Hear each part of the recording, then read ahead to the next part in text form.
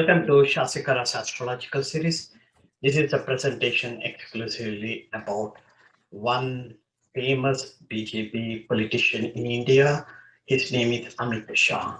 Amit Shah was born in October 1964. He was serving as currently he's Home Minister in India for the BJP uh, government. He served as the president of the Bharatiya Janata Party from 2014 till 2020, and he was elected in Lok Sabha in 2019, and he was the Rajya Sabha member in 2017. He was at the age of 54. He was sworn in as a home minister. So with 2024 coming nearby, and the next parliamentary election in India is going to be somewhere in April or May of 2024.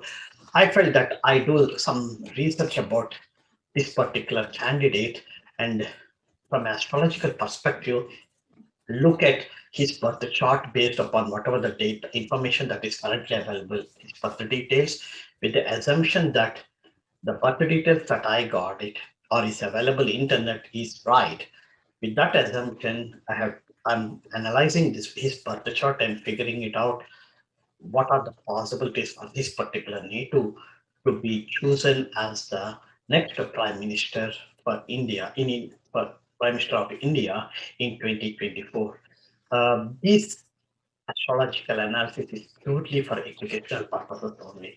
And let me be clear with you, at no cost or no post point, I do support the parliamentary elections or the party. I have no relationship with neither the party nor the country's political uh, establishment, and consider this as an educational uh, for astrologers. Consider this as a topic for to learn something about a person's career and predict how we can predict a person's future.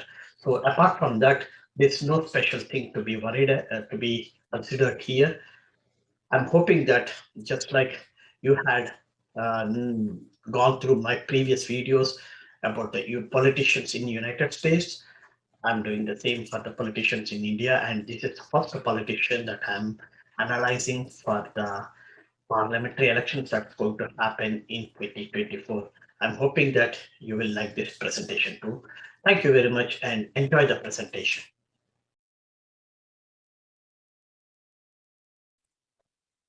Before I start doing a detailed analysis about this particular chart, I would like to give the highlights for this presentation. After looking at the NATO's birth chart based upon the birth details that is available, uh, here are my highlights. These are purely based upon my astrological knowledge, and there's no guarantee that these are the things that are sure to happen. Please consider this for educational purposes only. And if the same thing happen, or I will not be responsible, or if the things that I've mentioned here do not happen, even then I'm not responsible for any of the outcomes. These are just astrological predictions. And let me start the highlights. Transit Saturn is going to enter Aquarius in January 2023, and that's when the NATO's health will be challenging, and because there is a drag in there will be a drag in his health, the chances are very high for the NATO to take two steps backward with respect to his profession. And since the NATO is willing to take few steps backward with respect to his profession, the chances are extremely high for him not to be portrayed as the future leader of the country. This is the first assumption, first analysis based upon astrological analysis. It's the first stuff that I identified. Second thing is in April or May of 2024, that's when the uh, parliamentary elections are supposed to happen in India, with the assumption that it happens in April or May of 2024. Based upon the transit planet combinations, the chances are high for this particular NATO to face a number of hurdles, resulting into some disappointments. And These hurdles and disappointments are from all most from aspects of his life, like his personal, his family, his health, and his profession, and a little bit here and there with respect to financial part of it. But I'm not comfortable to say that it will be the financial part. But I'm sure the disappointments or hurdles that the NATO is going to face will be from either in his personal life, family life, professional life, and especially the health. And then for this particular NATO, the Sade Shani will start in March 2025. So that means exactly 1 year after the parliamentary elections is done, Sade Shani for this particular NATO will begin. First, we all know that Sade Shani itself is a challenge for the any NATO, any person. And to add further, Transit Rahu will also be co-joined with Transit Saturn when the Sade Shani begins. So it's a double whopper. It will be extremely challenging for this particular NATO starting March 2025 for almost from the first 5 years. That means till March or April of 2030, it will be extremely challenging for this particular NATO. These are my predictions, and I would like to say that uh, these predictions are completely based upon my astrological knowledge, and I do not owe any responsibility if the anybody wants to consider these based on these predictions. If anybody is going to take any decisions, I own no responsibility for that.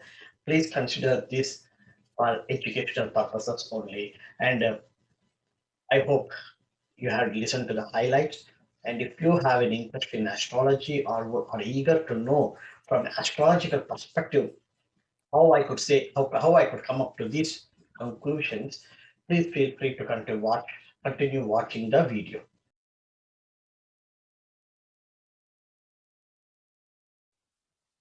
Let me start explaining the D1 chart in the basic astrological norms.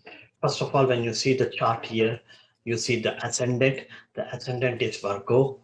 That's the Lord for that ascendant is Mercury. Okay. And then the second house is Libra, that's where the Sun and Mercury are residing. That means the first house Lord is residing in the second house. That's a very good sign. Lagnadipati residing in Dhanasthanamo and Kutumbasthanamo is a positive sign. And then the third house Lord is Mars. Third house is empty. The fourth house Lord is fourth, and seventh house Lord is Jupiter. In the fourth house, there is Ketu. Ketu is the only planet that's residing in the fourth house. The fifth and the sixth house lords are Saturn, and in Saturn is in the sixth house, and the fifth house is empty. The seventh house is Pisces, which is empty. The eighth house is Aries, so Mars is owning that one. That means Mars is owning the eighth and the third houses, and in the eighth house, Moon is residing. Moon is the only planet that's residing in the eighth house. The ninth house is Taurus. The Lord is Venus and Jupiter. That means the fourth and the seventh house Lord Jupiter is residing in the ninth house. And in the 10th house Lord is Mercury. The Lagnadipati is Mercury, and the career is also Lord for career. The 10th house Lord is also Mercury. And in the 10th house, there's only one planet, that is Rahu.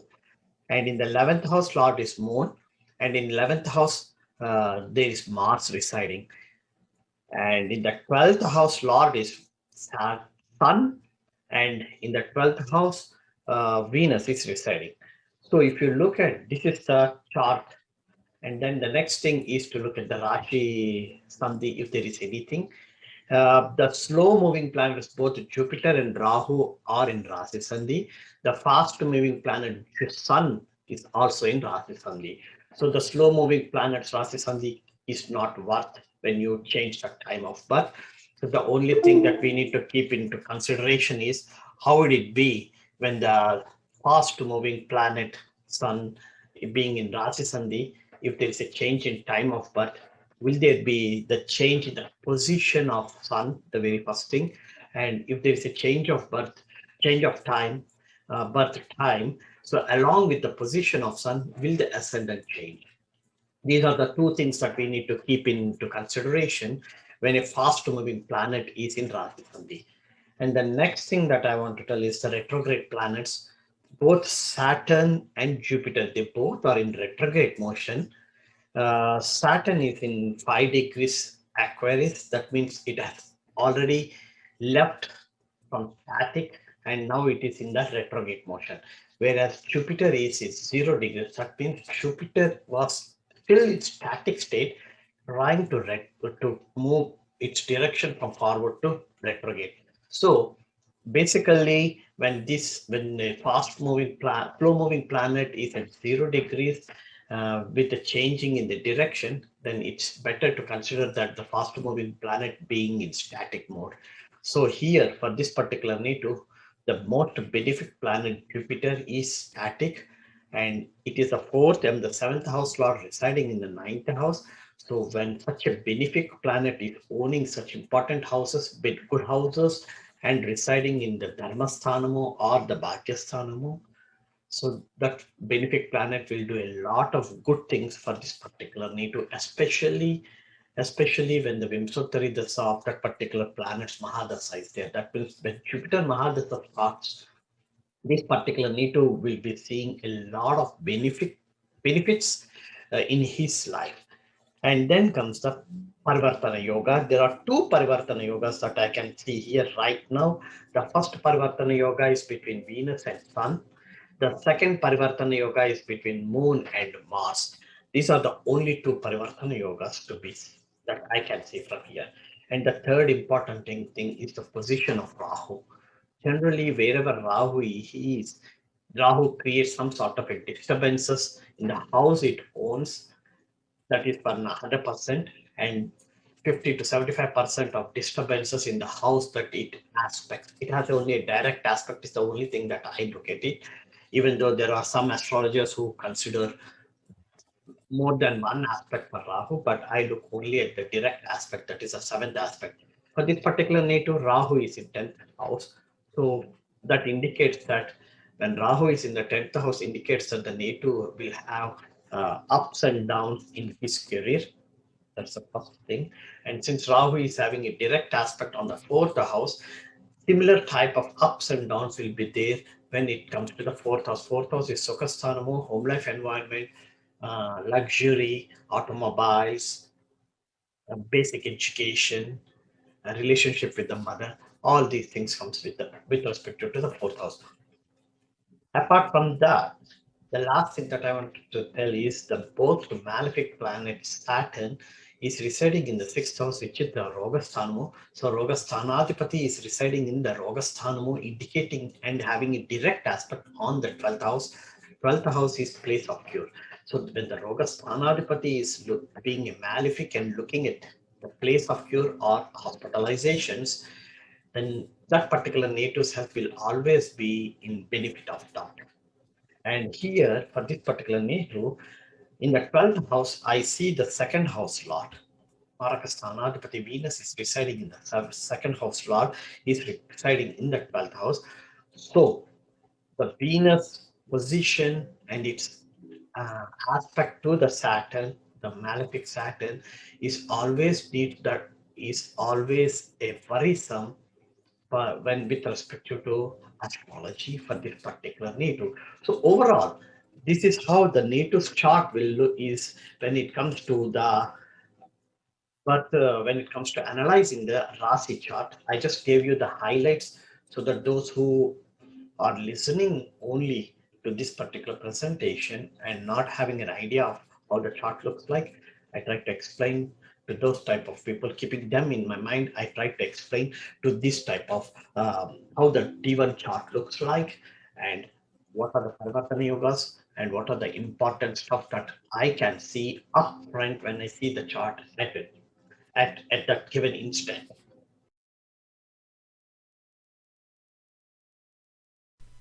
Let me start analyzing the birth chart of Amit Shah. The birth details is the one that I got it on internet. I don't know how far is that true. I didn't check the validity. To be honest, I did not find this particular gentleman's birth details in Astro Data Bank, so I'm taking this with a small grain of salt. Like, I'm not confident 100% that these birth details are correct. So this is my disclaimer that whatever is I could see, based on that I generated the chart using Jhora software, and I'm analyzing it for this particular native. The native was born on 22nd October 1964. Oh yeah, I was born in June 1964 and this guy was born in October. So it's almost a June, 6 months younger than me. So the native was born in October 1964 and it was at 5:25 a.m. So using this particular birth details, I generated this chart. And the very first thing is, look at the Rashi. The Rashi is Kanya Lagna, Virgo Lagna. So what it tells you is that the second house lord and the ninth house lord is Venus. Generally, for Kanya Lagna people, when Venus is the second and ninth house lord, most of the time, and with the 10th house lord being Mercury, 99.9% of the time, natives with Kanya Lagna and Venus and being the second and ninth house lord and Mercury being the 10th house lord, their profession will be mostly pertaining to arts, entertainment, some sort of a creativity, and maybe in television industry or film industry, or in when it comes to sciences, engineering. And another possibility is because Mercury deals with economics and communications. When it is communications, you can say that there are a lot of ways to say that the profession that has a direct link with communications. And when it comes to economics, the direct link to economics is working in a trading banking sector or a trading sector or in a financial industry, something like that. So that's the first thing that I look at it as soon as I see the Kanya Lagna natives. I'm one among them, and my Kanya Lagna, and because of that, and my Venus, the second and ninth house lord residing in the 10th house, so, which is communications and creativity and designs.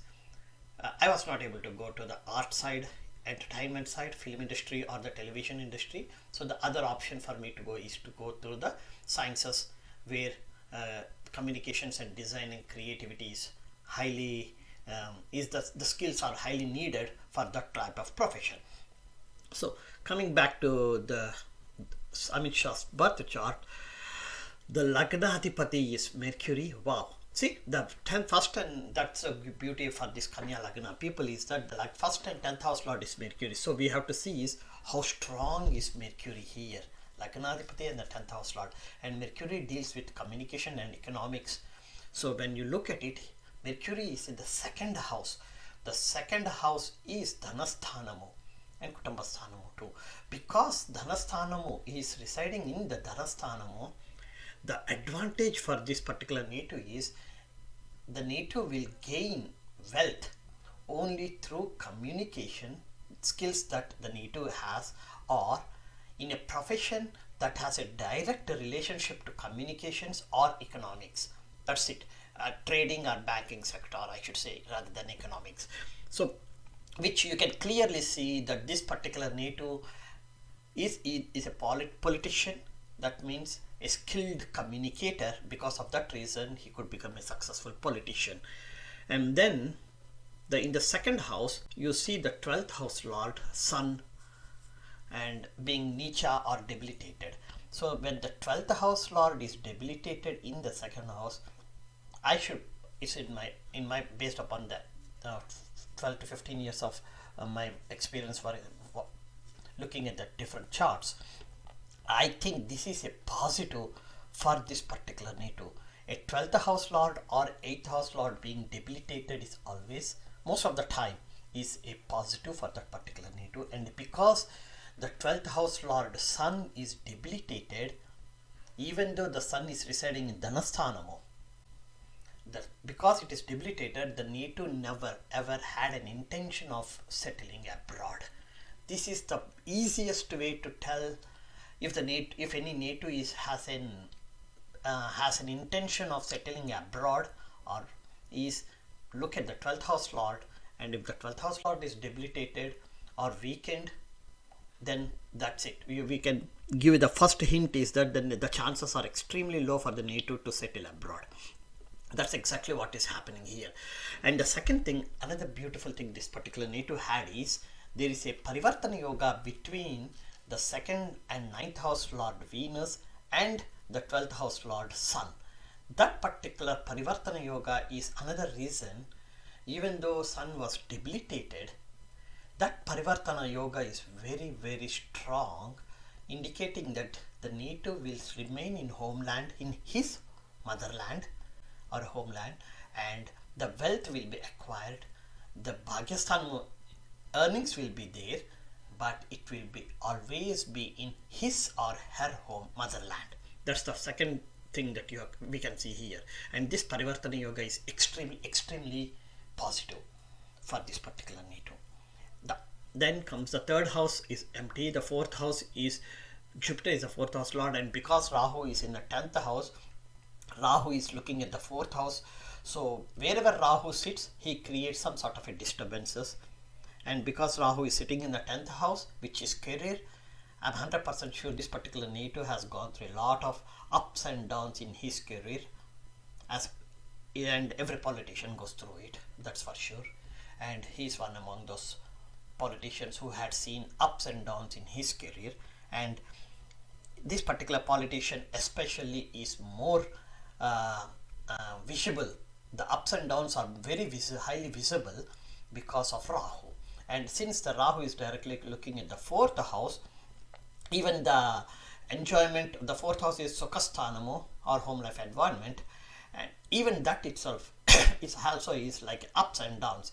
So the native might be having an amazing home life environment for some time in his life, and then there will be some issues in home life environment, and again he'll be back. And because 4th house also deals with vehicles, Vahanamu, the native might be enjoying the luxurious vehicles for some time in his life, and then goes back to a normal common man's life with no vehicle and luxurious vehicle enjoyment, and again will be doing it. So this ups and downs is primarily due to Rahu, who have residing in the 10th house and looking at the 4th house. This is okay, and this is exactly what happens for every Kanya Lagna people. That was one among them too, where Rahu will, when here residing in the year October 1964, Rahu was still in the 10th house from Kanya Lagna. So it's the same. The career will be ups and downs, home life environment will be ups and downs too. The 5th and 6th house lord is Saturn. Saturn is residing in the 6th house. That's another advantage. But what I'm surprised to see this particular native is, you generally when Saturn resides in the 6th house, Saturn will always create an employment conditions in such a way that the native works for a foreigner. I haven't seen this particular native working for a foreigner or in a multinational organization, working for a foreigner or in a foreign land. The native will not work in a foreign land because the 12th house got completely screwed up. So there's only possibility is the native has to work with some foreigners in his motherland.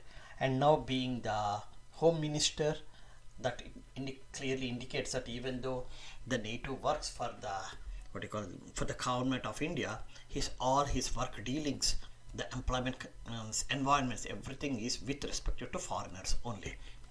Then the 7th house lord is Jupiter, which is residing in the 9th house. This is something that I wish I knew more about this gentleman, because there is I forgot the Sanskrit sloka, but when the 7th house lord is in Bhagyasthanamo or Dhanasthanamo, when the 7th house lord is in Bhagyasthanamo or Dhanasthanamo, that particular native will gain wealth through after marriage, through his or her spouse. This is in general, through his or her spouse, and or the spouse, whomever the native marries, will bring the wealth, because 2nd house is Dhanasthanam, is wealth. So either the spouse will bring tons of wealth to the native, or after marriage the native will become rich, or the native's earnings will increase. This is something that I wish I knew a little bit about this gentleman, to see how was his when if then his spouse wife had brought any accumulated wealth after to this particular native, or did he was his earnings increased exponentially after marriage. I wish I knew the answer for either for these two questions. And then comes this is another thing. In the 8th house you see the 11th house lord. Labhasthanadipati is residing in the 8th house. This is a biggest drawback for this particular native. It is not a good sign for Labhasthanadipati to be in a malefic in a Dushtana house, I should say that way. And but that negative impact got subdued because there is a Parivartana Yoga again between the 8th house lord and the 11th house lord. Mars is residing in the 11th house and Moon is residing in the 8th house. So this is the second Parivartana Yoga on the same chart for this particular native. This is another positive thing for this particular native, is that even though the Labhasthanadipati residing in a Dushtana house, because the Dushtana lord is residing in the house owned by the Labhasthana by Moon, that negative impact got subdued. Again, one more time. So there are two times this person is fortunate. This chart, based on this chart, two Parivartana Yogas had made this particular native all the negatives in his life to get subdued. That's another reason why, even though the chart looks so has so many of drag in, but still the native was able to survive. And the native did not it was not like he was not born with a silver spoon in his mouth. Because Rahu is in the 10th house, it indicates that the native had struggled so much in his career while he was and that particular every struggle the native had in his career lifetime, he learned something unique.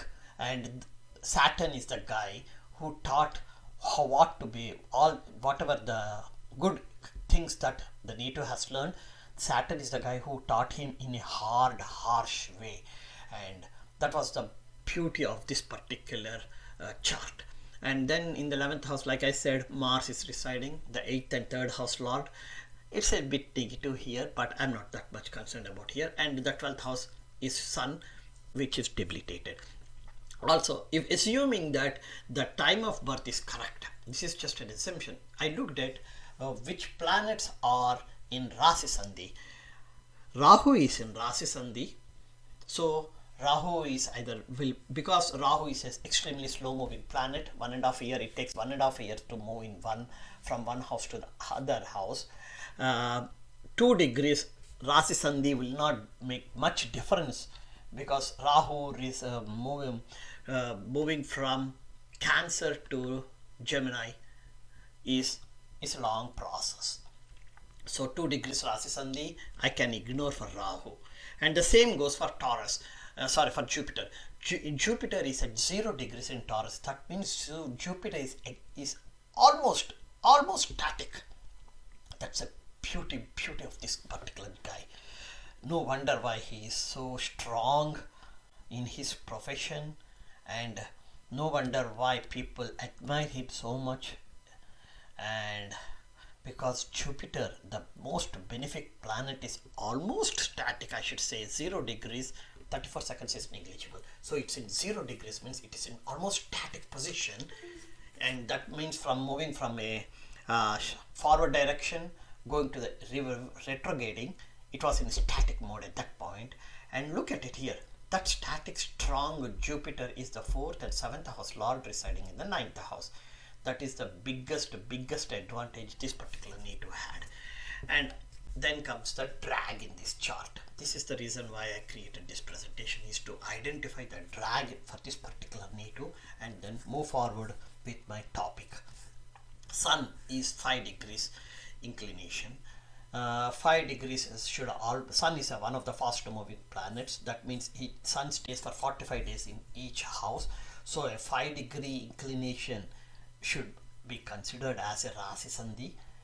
for especially for the fast moving planets. So this fast moving sun, if it is in 5 degrees, if we assume that it is in Libra, then it got debilitated.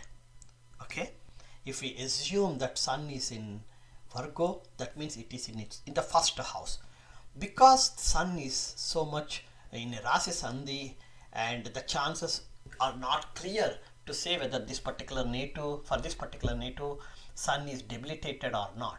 Because of that reason, the particular native's career when it comes to leadership role is it will be dynamic, and it's a little bit difficult to tell exactly will this particular native become a leader, or will this particular native will become a commanding person, uh, leading others but always taking directions from someone above him. That's the reason why I should say that this particular chart is extremely challenging, and I will try my level best to explain more in detail about this particular only one, the sun, planet sun, in this particular chart. We have started analyzing the chart with the assumption, whatever the time of birth that was found. And here I have noticed that Sun, the 12th house lord, is in Rati Sandhi along with Jupiter and Rahu for this particular native. So, and the Sun is in Nicha or debilitated in Libra. So, since Jupiter and Rahu are slow moving planets, even if there is a small difference of 1 to 2 hours difference, it doesn't matter. So I'm not considering those two at all. And Sun, because that is very important here for this analysis to find out if there's a possibility for this particular native to become the leader of a country, for which you need to analyze the position of Sun, the strength of planet Sun, and the houses that it aspect, or the planets that it are aspecting the house where it is looking. So for all that purpose, we look for the sun.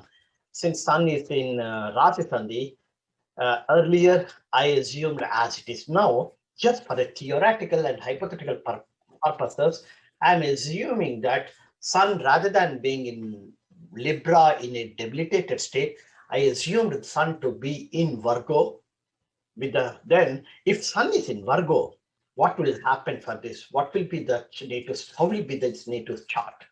So you have two charts to look for this particular native when it comes to predicting the future of it. The reason is you have to take first sun as it is with the time of birth that was given, and it is in Rasi Sandhi. So you have to assume that there's an error in time of birth, and then go back and move the planet sun accordingly. Since it is only 5 degrees inclination, I had moved sun to the backwards to the previous house, Virgo. So let me start analyzing how it looks like with the assumption that sun is there. Sun is still the 12th house lord, whether it is in Libra or Virgo. Now, if it is in Virgo, Kanya Lagna, it is in the first house. So that indicates that the native physical presence always shows that a leadership presence is there for this particular native.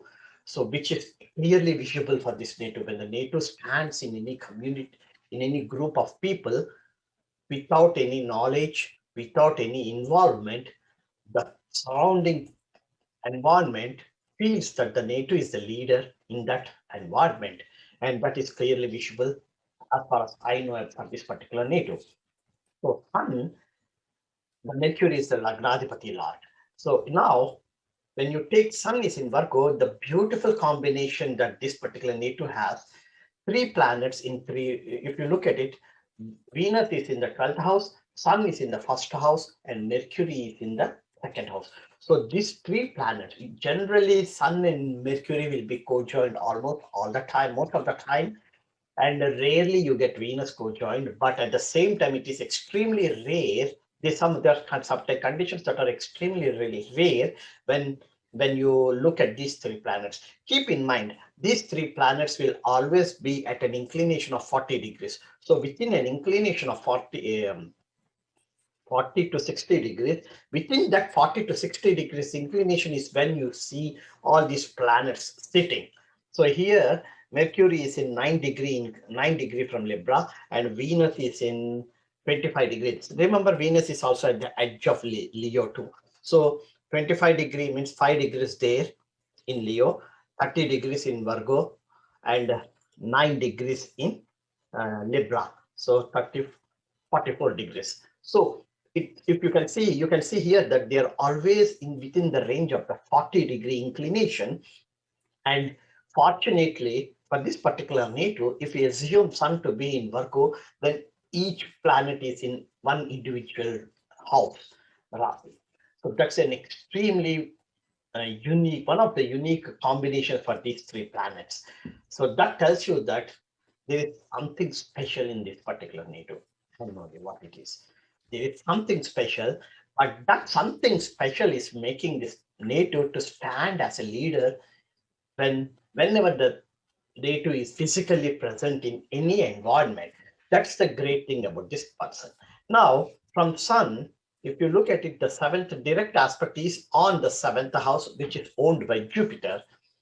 And Jupiter's fifth aspect, 1, 2, 3, 4, 5, is on the first house where Sun is residing. So the bondage between the Jupiter and the Sun is very important. Jupiter is usually treated as Dharmasthana, sorry, yeah, it is Guru, means as a leader or a instructor, someone who is educationally well educated and well behaved person. That's those are the characteristics that you get, that you see for with Jupiter, and Jupiter being a benefic, and here Jupiter is residing in the ninth house, Dharmasthanamu. So when such a planet is residing in Dharmasthanamu, it's always gives an indication to the surrounding environment that this native not only stands physically, get attracted to be the leader of that environment, but also the native has more inclination to do acts that are very close to dharma, whatever the dharma that the native is following. That's the indication that you can see here. Apart from those two, there is no other what you call malefic, no malefic planet is looking at Sun when Sun is in Virgo. That's another beautiful thing. The only disadvantage that this particular native has when we assume Sun to be in Virgo is from natal moon, Sun will be in the sixth house, Drishtana house. That's not a good sign. So maybe physically and is the native's presence can make the native look like a leader, but mentally he's not prepared to stand all by himself. He always loves or feels more comfortable working under someone rather than being the top of the uh, leadership chain.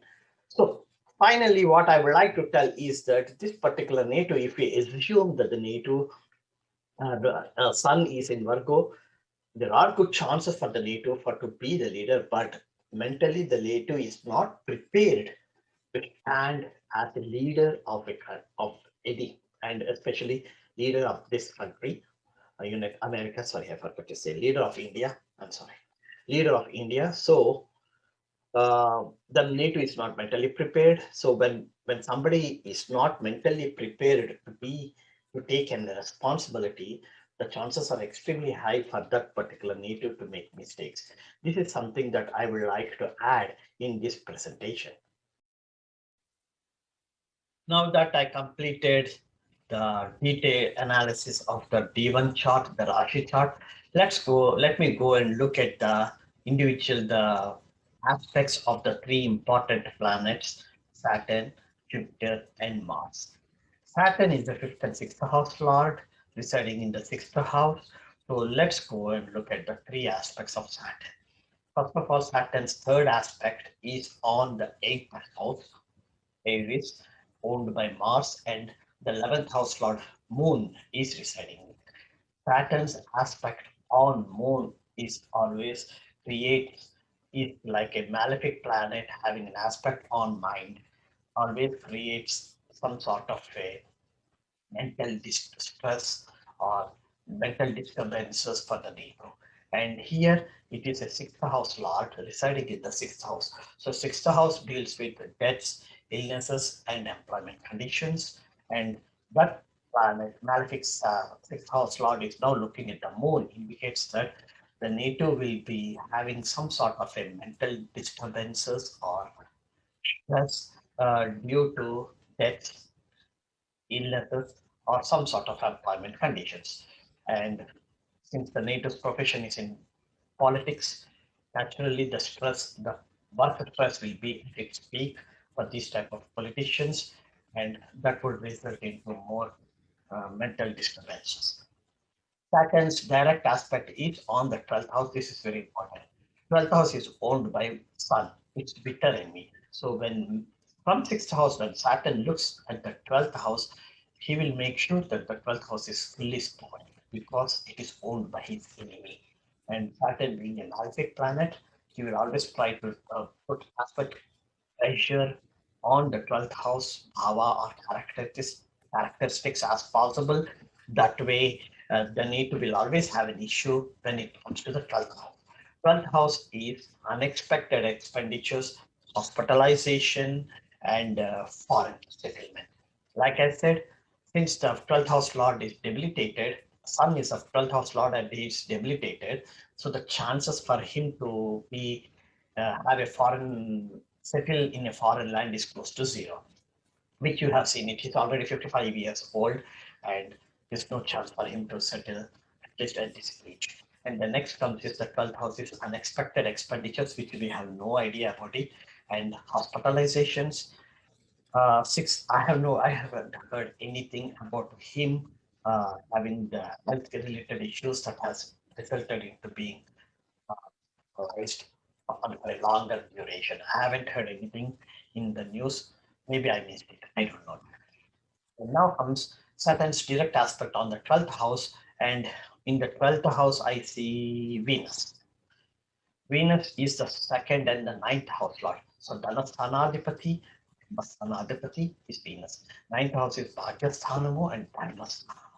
So a malefic planet is having a direct aspect on the Dharmasthanadipati, Bhagyasthanadipati, Kumasthanadipati, and Dhanasthanadipati. So you can expect how the impact will be for this particular in his lifetime in regard to all these things like Dharmasthanama, which I don't know what it is, and then Kutumbasthanama, we don't know what type of issues maybe has with respect to his family members.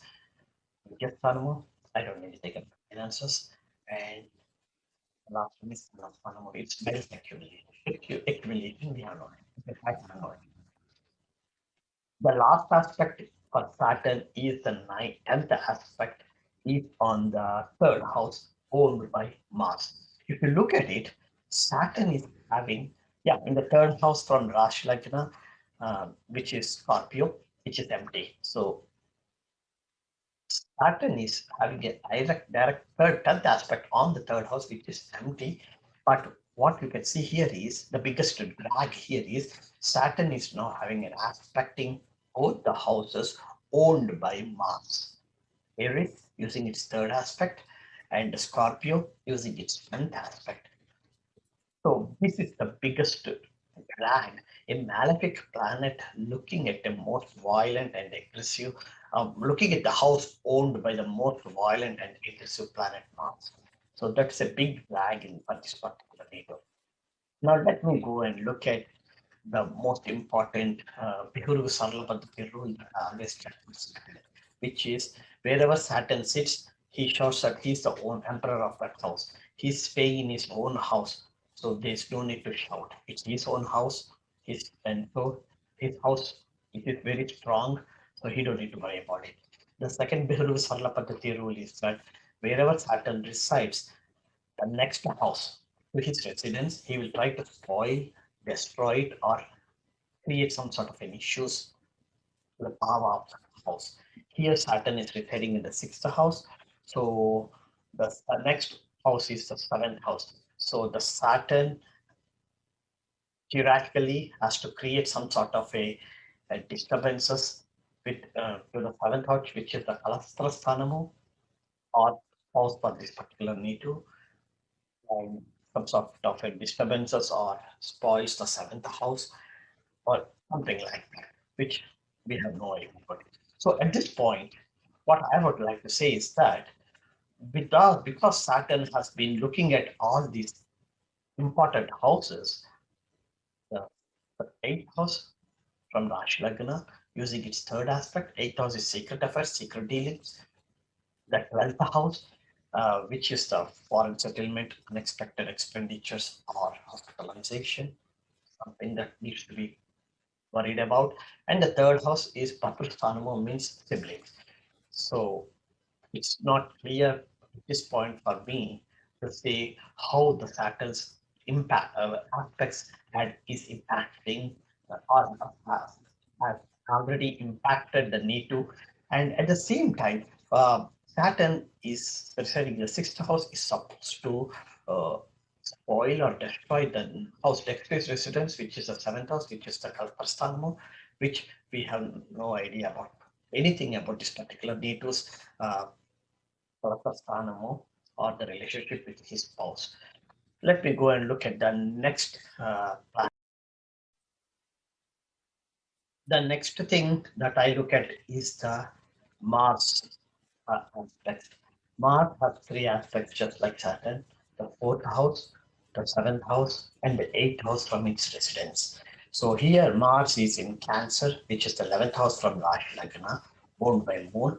And there is a Parivartana Yoga between Mars and Moon. So that means there's a Parivartana Yoga between the 11th house Lord and the 8th house Lord, which is the second Parivartana Yoga that this particular gentleman has.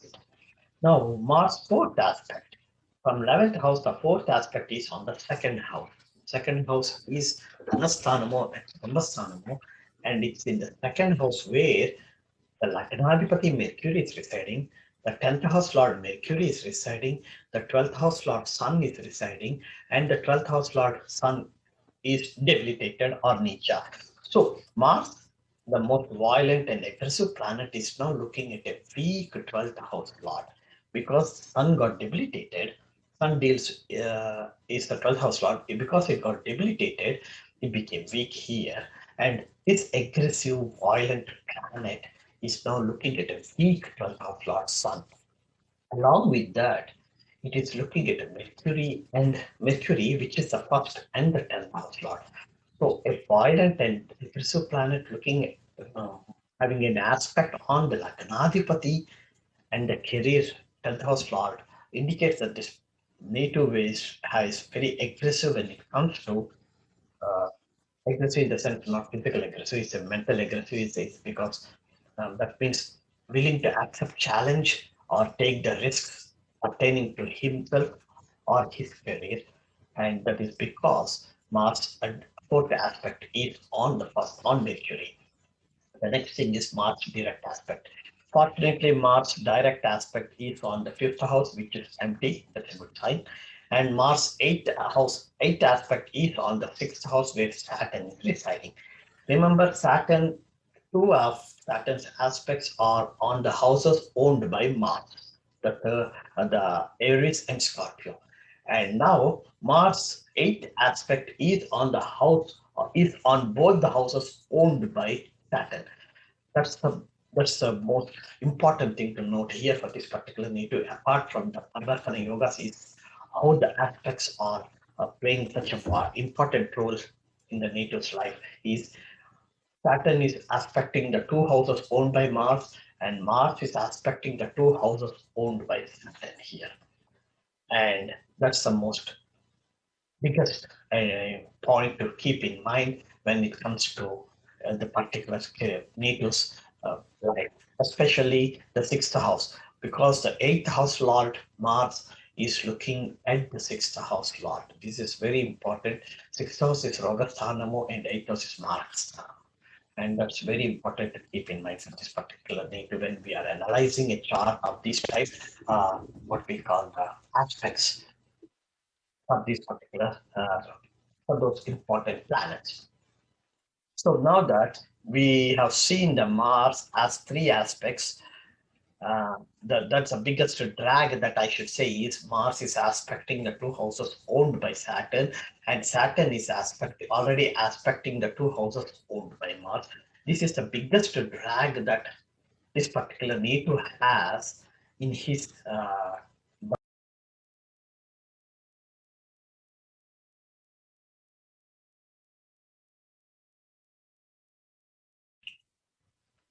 The last one that I look for multiple planet aspects is the Jupiter. Jupiter is the most benefic planet in general, and here Jupiter is in the fourth and seventh house lord, the house, and he's in the ninth house. So Jupiter is now a functional benefic planet too. Yeah, because Jupiter is the seventh house lord, which is the Marakasthanamo. Sometimes they consider the lord of the seventh house also is as a malefic, functional malefic, and because Jupiter is now in the own residing in the ninth house, that functional malefic got diminished. So overall, Jupiter is, for this particular candidate native, overall Jupiter is the most benefic planet in the chart. Now the question comes is, what are the aspects? Jupiter owns the fourth and seventh house, and Jupiter is residing in the ninth house, Bhagyasthanamo and Dharmasthanamu. That's the most important thing that we need to look at it. And it is owned by the ninth house lord is Venus. And Jupiter's fifth aspect is on the first house, owned by Mercury. There's no planet in the first house, so first house is empty. But Jupiter is looking at the house owned by Mercury. And Jupiter's direct aspect is on the house owned by Mars, Scorpio, which is also empty. And the Jupiter's ninth aspect is on the fifth house owned by Saturn, which is also empty. So keep this in mind. The most benefic planet is looking at three houses. Unfortunately, all the three houses are empty.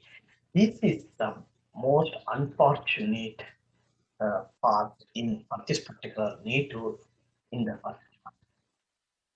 Jupiter aspected one of the benefic planets, the native's life would have been something completely different because of this Jupiter being, even though it is being a benefic planet, both naturally and functional benefic too, because its aspects are all on the empty houses, uh, it couldn't show 100%, it's not able to give 100% benefits that it is supposed to give. That's the biggest drawback here, this particular name. And another important thing that I want to tell here is Mars is aspecting the fifth house. Jupiter is also aspecting the fifth house. Both the fifth house is owned by Saturn. Okay. And Saturn is aspecting the third house. Jupiter is also aspecting the third house. Both the third house is owned by Mars. So if you look at it, the three planets, Jupiter, Mars, and Saturn, there is a unique relationship between these three planets. And if you look at it, the the native's life is completely surrounded by these three planets only, Saturn, Mars, and Jupiter. What happens is only because of these three planets, these three planets play a very important role for this particular native in his life. And what are the other planets' benefits that they try to give? If they are a friend of one of these three, then it will be shown. If they are the enemies, then it gets subdued. But overall, this native is so lucky to see that the most important three planets have that relationship in such a way that one or the other will be helping this particular native in some form or the other, so that the native always goes up the ladder in his career, especially because the aspects of these planets on Mercury or the most important that I want to tell in this presentation is, that is the topic of the presentation, is will this native become the next Prime Minister in 2024 when India has its parliamentary elections. So that's the topic of it. For a person to be the leader of a country, the most important thing that I look is the planet Sun. Sun is the important planet, and the strength of Sun is what determines what will be the role of this of the NATO in when it comes to ruling the country. And now here, if you look at the sun, the position of sun, the most important, sun got debilitated. Just a drawback for this particular NATO is sun got debilitated. Now that sun got debilitated, there's no way that this particular NATO can become the leader of the country. The NATO, because of this, the NATO will, even though the NATO becomes a top position or holds very top position in his career or in the politics or whatever, wherever it might be, the NATO will always be working under someone. That's the most important thing here to say is the NATO will always work under someone.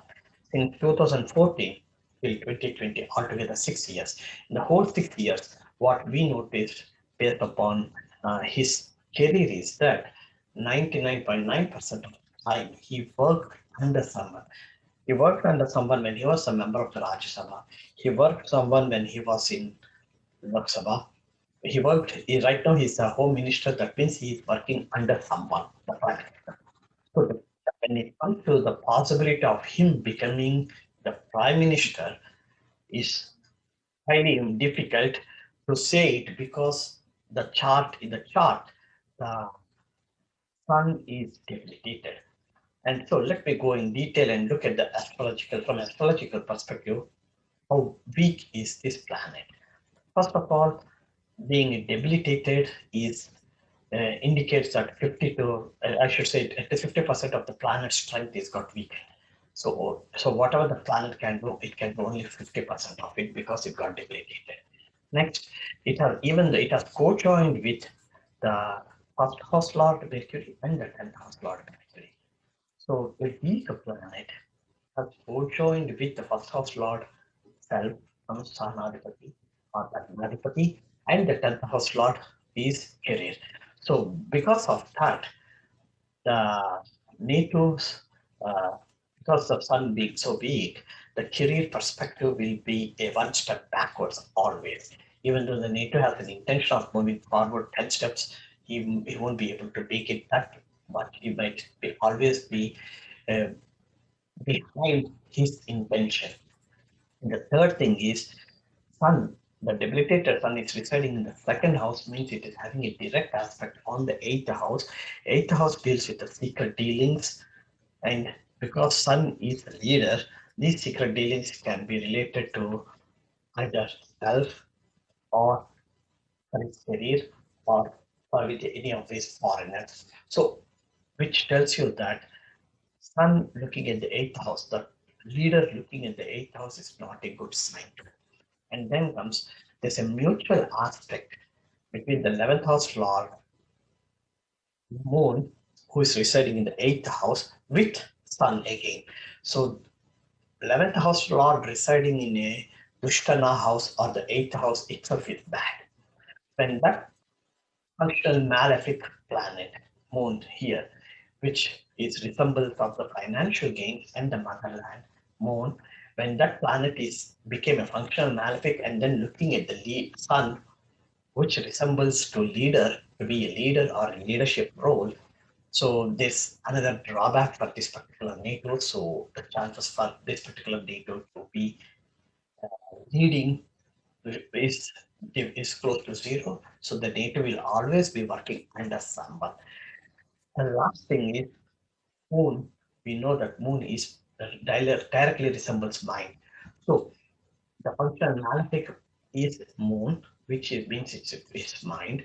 Having a direct aspect on sun indicates that the mental stress or agony or disturbances will be high for this particular Negro when it comes to leadership roles. And I have no idea what exactly is happening over there, but based on the chart, I can say that this particular Negro is having a lot of other mental plus directly related to his leadership role, which has another relationship to himself, the astronomer, and the career. And of course, some sort of a financial gains because Moon always is the Lord of the 11th house. So this tells you that this particular NATO overall, the chances are close to zero with from D1 chart, Rashi Lagna chart. It clearly tells you that the chances are close to zero for this particular NATO to become the Prime Minister of India in April 2024 or May 2024.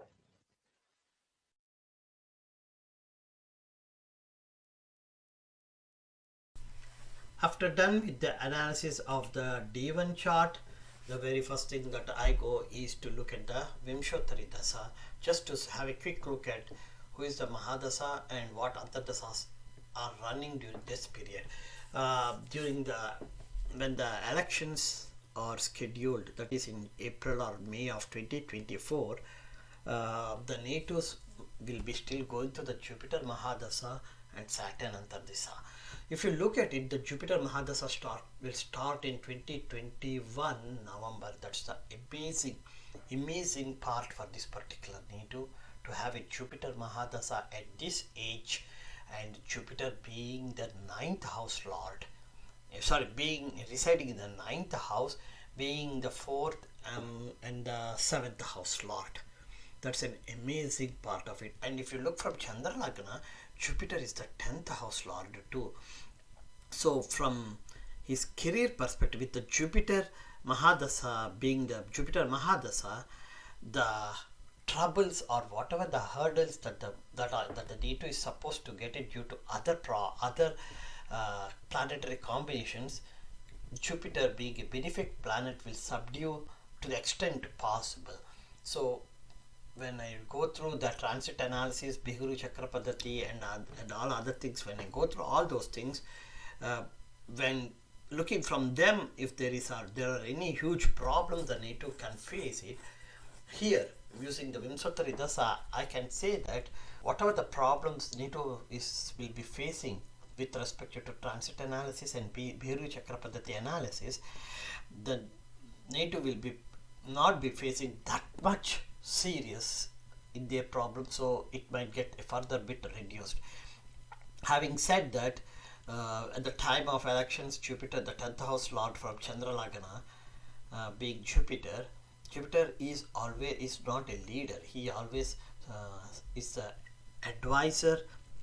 So the chances are again, because the sun is debilitated, the chances are again high for this particular NATO, even in 2024 elections, to remain as a subordinate to somebody, like a subordinate to the Prime Minister of the country. The NATO chances for the NATO to become the Prime Minister is not that. It's not good. There is the least chances for that to happen. Next is Saturn Antardasa is 2023 December. That's when the Saturn Antardasa begins. Saturn is the 6th house lord, 5th and 6th house lord. And when Saturn Antardasa begins, Transit Saturn and Natal Saturn, they both are going to be in the same house. That's another thing. So Saturn is a malefic planet, and Jupiter Mahadasa and Saturn Antardasa shouldn't be considered to be that good, because they are the two big planets, and when you do the Graha Yuddha, neither of them is going to win. By default, they say Saturn is a winner, but with respect to Jupiter is the big strong opponent for Saturn. So even though Saturn wins in the Graha Yuddha, the chances of having a big win is close to zero. So there will always be some sort of a hurdles and disappointments for this particular NATO during the Saturn Antardasa, which is approximately what you call it as 3 years, to 2023 to 2026 is almost 3 years. That means when the NATO is going through Sade Shani, it will be the Saturn Antardasa. Keep in mind the Sade Shani starts in March 2025, and exactly during the time of elections, it is the Saturn Pratyantardasa. If we assume that the elections will be starting in April and end by 15th of May, if I assume like that, then Jupiter Mahadasa, Saturn Antardasa, and Saturn Pratitardasa will be the thing one, will be the period when the elections have started. So whatever the result is, once the Mercury Antaradasa, Pratitardasa starts, Mercury is the Lagnadipati and the 10th house lord. So back he'll be chosen as something as an important person next to the leader, and his communication skills and his leadership skills will be proved one more time. It would be fine until that point, but this time there will be some sort of a drag in his abilities because of the Sade Shani that is starting in March of 2025. So overall, even though the Vimsotari Dasa is showing such a good period, and Jupiter Mahadasa, such a good Mahadasa running, and Saturn's Pratitradasa and Sukshma Antardasa running, still because of Sade Shani, whatever the good things that Jupiter wants to give to this particular native, the native will not be able to get all those good things, and unfortunately there are chances for that particular native to go through some sort of a mental stress. It may not be that much to worry about, but it does create some sort of a drag in his ability to move forward. After going through the Vimsotari Dasa and the Divan Rasi chart analysis, the next thing that I do is to look at the transit planets, especially during the time of the parliamentary elections, which is supposed to happen in April or May of 2024. So here is the transit analysis. Transit Saturn enters Aquarius on 22nd January 2023. Keep in mind, until that point, that means from 1st January till 13th or 14th of January 2023 is when Transit Sun enters Makara Rasi. That means when Transit Sun has just entered the Makara Rasi, Transit Saturn was about to leave the Makara Rasi and enter the Aquarius.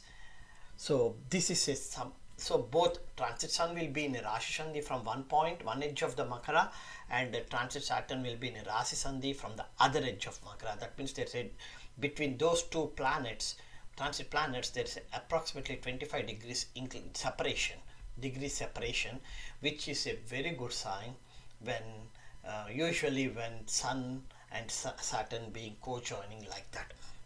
Now Transit Saturn will enter Aquarius on 22nd January 2023, and there it is going to co-join with the natal Saturn, and which is the 6th house from Rashi Sandhi and 11th house from Chandra Lagna.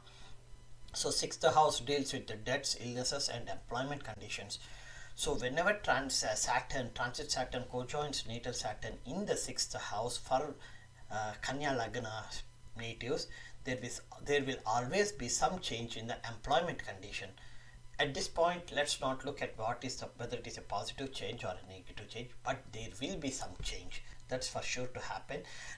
Most probably between January of 2023 till March of 2023, during those 3 months, the change gets initiated. So when Transit Saturn and natal Saturn are co-joined in January 2023, let's go and look at their aspects, because it's very important. Both the Saturns are in the same house. So first, Saturn's third aspect is on the 8th house, which is Aries, and we know that for this particular native in the 8th house there is Moon, mind, which is the 11th house lord again. So financial Labhasthanadipati. So when both the Saturns are looking at the Labhasthanadipati, which is Moon, so the possibilities are extremely high for this particular native to have some sort of a mental stress, mental disturbances, and that might be related to some sort of a financial matters, which we don't know what exactly that could be. But since it is the 11th house, and remember there is a Parivartana Yoga between the 11th house Lord Moon and the 8th house Lord Mars. So that financial matter some sort of a mental stress or mental disturbances with respect to financial matters, might be some sort of a secret dealings that might gets revealed. We don't at this point. It's what is sure to happen is uh, transit Rahu will be in the second house from Chandra Lagna. That means ninth house from Rashi Lagna during this period in 2023 probably. So if transit Rahu has co-joined with Moon in the 8th house, or if transit Rahu has co-joined with Jupiter in the 9th house from Rashi Lagna, these mental stresses and with related to financial matters would be something that nobody has expected to get revealed.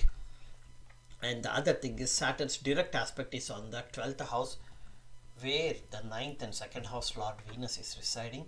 So whatever the mental stress that has happened would lead into some sort of unexpected expenditures, and the mental stress might be something that related to NATO's wealth accumulation, most probably earnings or wealth accumulation. And then Saturn's 10th aspect is on the third house, which is the 8th house from Moon, Chandra Lagna. Again, see, Saturn is now looking at the 8th house from Rashi Lagna. Saturn is looking at the 8th house from Chandra Lagna. 8th house deals with means secret dealings or some sort of a secret matters, something. And if you look at from Rashi Lagna, Saturn, Moon is the 11th house Lord, Lavasthanadipati. If you see from Chandra Lagna, Moon is the 4th house Lord, that is home life environment, Sukhasthanadipati. So naturally from January 2023, the NATO's mental anxiety will be at its mostly at its peak. And since it is very coming in another 2 years, since the NATO is going to have the Sade Shani starting March 2025, this will be this from, that means from January 2023 to March 2025, whatever the mental stress that the NATO had, it will be just the initiation for the Sade Shani troubles, for the troubles during Sade Shani. And one more thing is, when the Sade Shani starts in March 2025, I checked and found out that transit Rahu will be co-joining with transit Saturn during that time. So which is another, it's like adding it. A transit Rahu will be a catalyst for whatever the Sade Shani impact that the NATO is going to have. So that's another thing that needs to be taken extremely cautious for this particular NATO.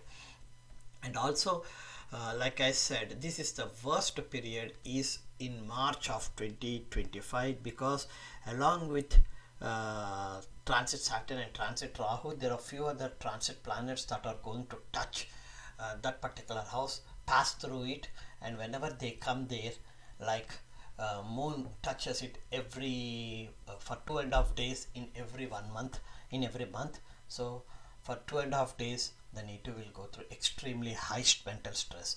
Sun will touch that almost like 140 days every year.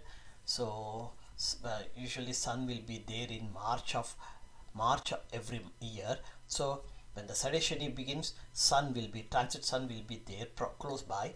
That means Sun is the leader, and here is the 12th house Lord. So something pertaining to the disturbances will be pertaining to his leadership's role or his leadership skills, or something related to unexpected expenditures. And the third thing is, this is the 7th house. The Sade Shani is starting for the NATO is the 7th house from Rashi Lagna, and the Lord is Jupiter. So when transit Saturn is in 7th house from Rashi Lagna, its third aspect will be on the 9th house. That's where the 7th house Lord Jupiter is residing. So that's when a Marakadipati Saturn is looking at the Marakasthanadipati 7th house Lord Jupiter, it would be a challenge for the NATO when it comes to the NATO's health and longevity. These are just my astrological analysis based on the transit planets. Let me go and look at the Biguru Chakra Paddhati, and for this period, the 2024 during the elections, what is the from BCP Bihuru Chakrapadati, who is the cycle ruler, all those stuffs. When I look at it, the starting October 2023 all the way till October 2024, according to Bihuru Chakrapadati, the cycle ruler is Mars. Keep in mind, Mars is the third and 8th house lord from Rashi Lagna, and the 1st and 8th house lord from Chandra Lagna. And Mars is a very violent planet. So that's a big point to keep in mind. And it is activating the 12th house.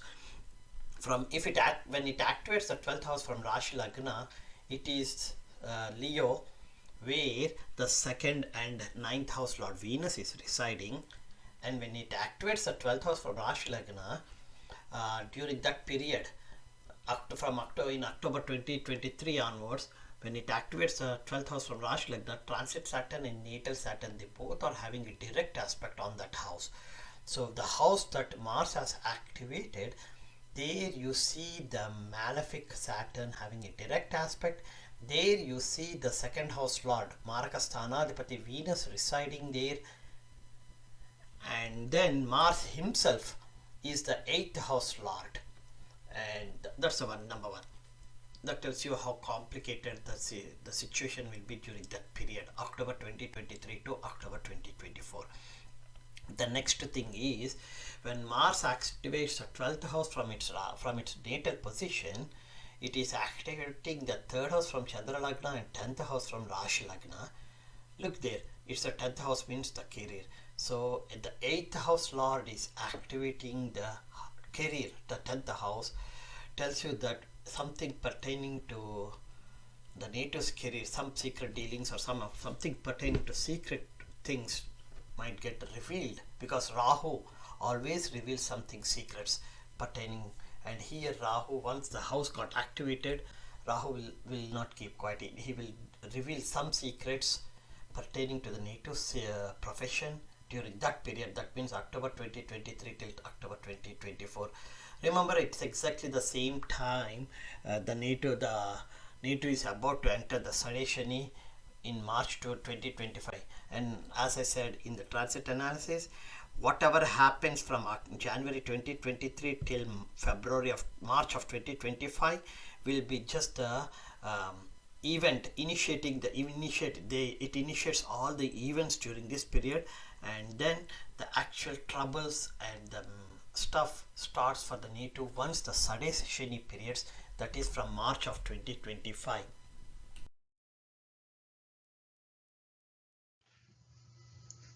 Okay, let me start analyzing the Sade Shani for this particular native.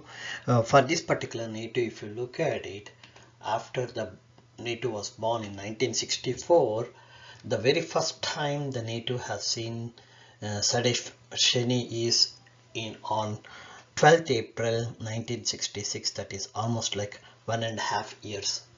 Yeah, 1.5 year. At the age of 1.5 year, the native has seen that particular Sade Shani impact.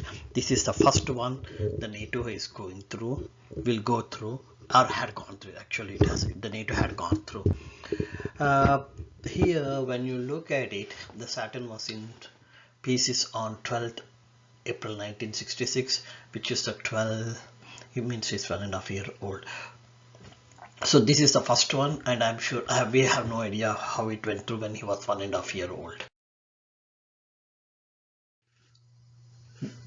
The next one is approximately 1966 to 1996, means approximately 29 years later.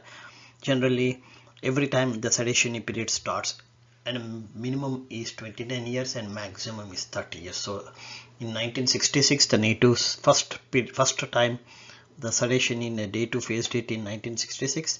The second time the native started facing it somewhere in February 1996. February 1996 is the period when the native is approximately, if I should say it as 35 years old, and we have no idea how it was when during that time too.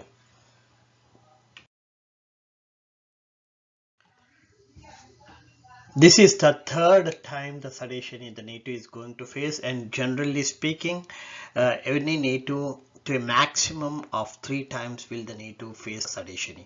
So this is the third and the last time this native is going to face the Sade Shani. This is going to start somewhere in March 2025. Remember the last time it was in 1996 February. From 1996 February to 2025 February is 29 years. So exactly after 29 years the native is going to see the same Sade Shani impact, and this time not only that it is the third and the final time the native is going to see, but there are certain specialities in this time's Sade Shani. That's the reason why I said that this is a very important one for the Sade Shani period. This Sade Shani period is very important for this particular native. Let's start first. On 30th March 2025, when Saturn is in Pisces, he will enter Pisces somewhere around 11 o'clock in the morning. So we'll take it as Saturn enters on 30th March 2025, and at that time when Saturn enters Pisces, if you look at here, already Rahu is in Pisces. Rahu is about to exit Pisces. Yeah, 2 degrees, that means he's about to exit Pisces, but it's only 2 degrees inclination. Venus is 4 degrees in Pisces, and if you look at it, Mercury is there, Moon is there, Sun is there. The most important thing you have to look here is Sun, Mercury, Venus and Rahu. These 4 planets are cojoined with Saturn on that day, and of course Moon will stay for a maximum of 2 days. So 26th March 2025, from that day till 31st March 2025, Moon will be there. In that 4 days, for 2 days, 2.5 days, Moon will be there. So let's go and look at how the impact, why I mentioned that this period is very crucial for the natives, because Saturn we know is the 5th and 6th house lord, Rogasthanaadhipati. The Sade Shani is starting in 7th house, which is the Marakasthanamu, and in that 7th house already natal Saturn residing in the 6th house is looking at the 12th house, owned by its bitter enemy Sun, where Venus is also residing. Venus is another Marakasthana, but the 2nd house lord. So while natal Saturn is directly looking at the 2nd house lord, Transit Saturn entered the 7th house, another Marakasthanamu. It now co-joined with the 12th house lord Sun. They are all looking directly at the Lagna, the very first house self. And to add further, of course, Venus, the 2nd house, transit Venus is also going to be there. That's the thing. And the most important is Mercury, the Lagnadhipati, is also going to be there. And Rahu, the terminator, is also going to be there. So that's why I ignored Moon completely here in this for this date. So this tells you that when these 4 important planets, Sun, Mercury, Venus, Saturn and Rahu, 5 planets, when all these 5 planets are going to be there, this is the 5 planets, whatever the time duration they are, all the 5 are going to be co-joined. That duration is the one that will change this native's life completely, and a lot of things cannot be predicted at this point, but 99.9% of the time I would say that most of the changes that happens will be directly related to self, that means to the native, and then health, 6th house lord Rogasthanaadhipati, and a little bit of the health the issues on health resulting into life-threatening situations, and finally ending up being hospitalized or something like that. So this is the last and the final Sade Shani, with so much emphasis on the native's health, and that's the reason why I think that the native's ability to be referred as the future leader for India is close to zero. Finally, let me conclude this presentation based upon the chart. I analyzed the native's Rasi chart, used the Vimsotari Dasa system to figure it out how the native's future will be, especially starting January of 2023, and again the NATO is going to the Sade, will go through the Sade Shani somewhere starting March of 2025. So I did an analysis of how is previous to Sade Shani is. Remember, this is the third time the NATO will be having the third cycle of Sade Shani. Generally, the Sade Shani lasts for any human.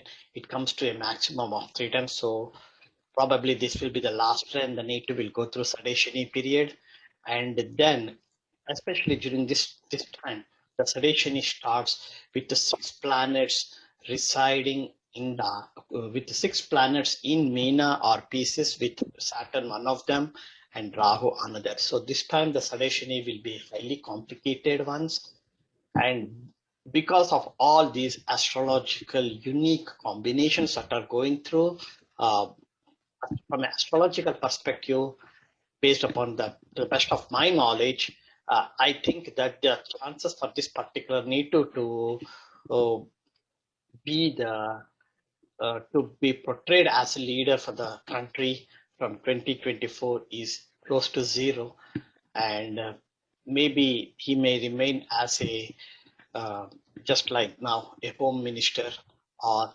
something working under someone, but the chances are close to zero for this particular NATO to be the leader of the country. I'm hoping that you will like this presentation, and please feel free to use the knowledge that I shared here for educational purposes only. And thank you very much for watching my video. Thanks a lot. Disclaimer. Last updated, May 29, 2020. Interpretation and definitions. Interpretation. The words of which the initial letter is capitalized have meanings defined under the following conditions. The following definitions shall have the same meaning regardless of whether they appear in singular or in plural. Definitions. For the purposes of this disclaimer, company, referred to as either the company, we, us or are in this cookie's policy, refers to Sastrikara astrological series. You means the individual accessing the service, or the company, or other legal entity on behalf of which such individual is accessing or using the service, as applicable. Application means the software program provided by the company downloaded by you on any electronic device named Sastrikara astrological series. Service refers to the application. Disclaimer. The information contained on the service is for general information purposes only. The company assumes no responsibility for errors or omissions in the contents of the service.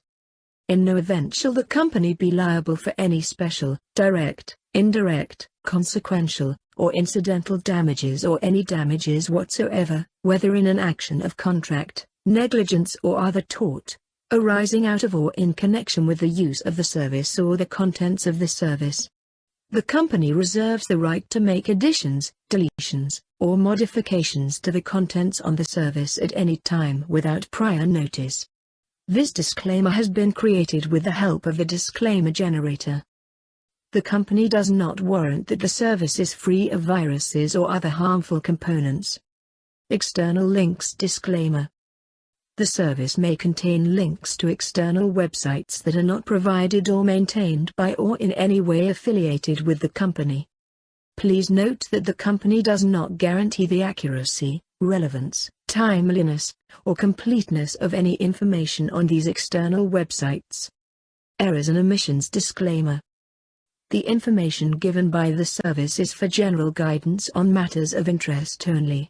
Even if the company takes every precaution to ensure the content of the service is both current and accurate, errors can occur. Plus, given the changing nature of laws, rules and regulations, there may be delays, omissions or inaccuracies in the information contained on the service. The company is not responsible for any errors or omissions, or for the results obtained from the use of this information. Fair use. Disclaimer. The company may use copyrighted material which has not always been specifically authorized by the copyright owner. The company is making such material available for criticism, comment, news reporting, teaching, scholarship, or research. The company believes this constitutes a fair use of any such copyrighted material as provided for in Section 107 of the United States Copyright Law. If you wish to use copyrighted material from the service for your own purposes that go beyond fair use, you must obtain permission from the copyright owner. Views expressed. Disclaimer. The service may contain views and opinions which are those of the authors and do not necessarily reflect the official policy or position of any other author, agency, organization, employer or company, including the company. Comments published by users are their sole responsibility, and the users will take full responsibility, liability and blame for any libel or litigation that results from something written in or as a direct result of something written in a comment.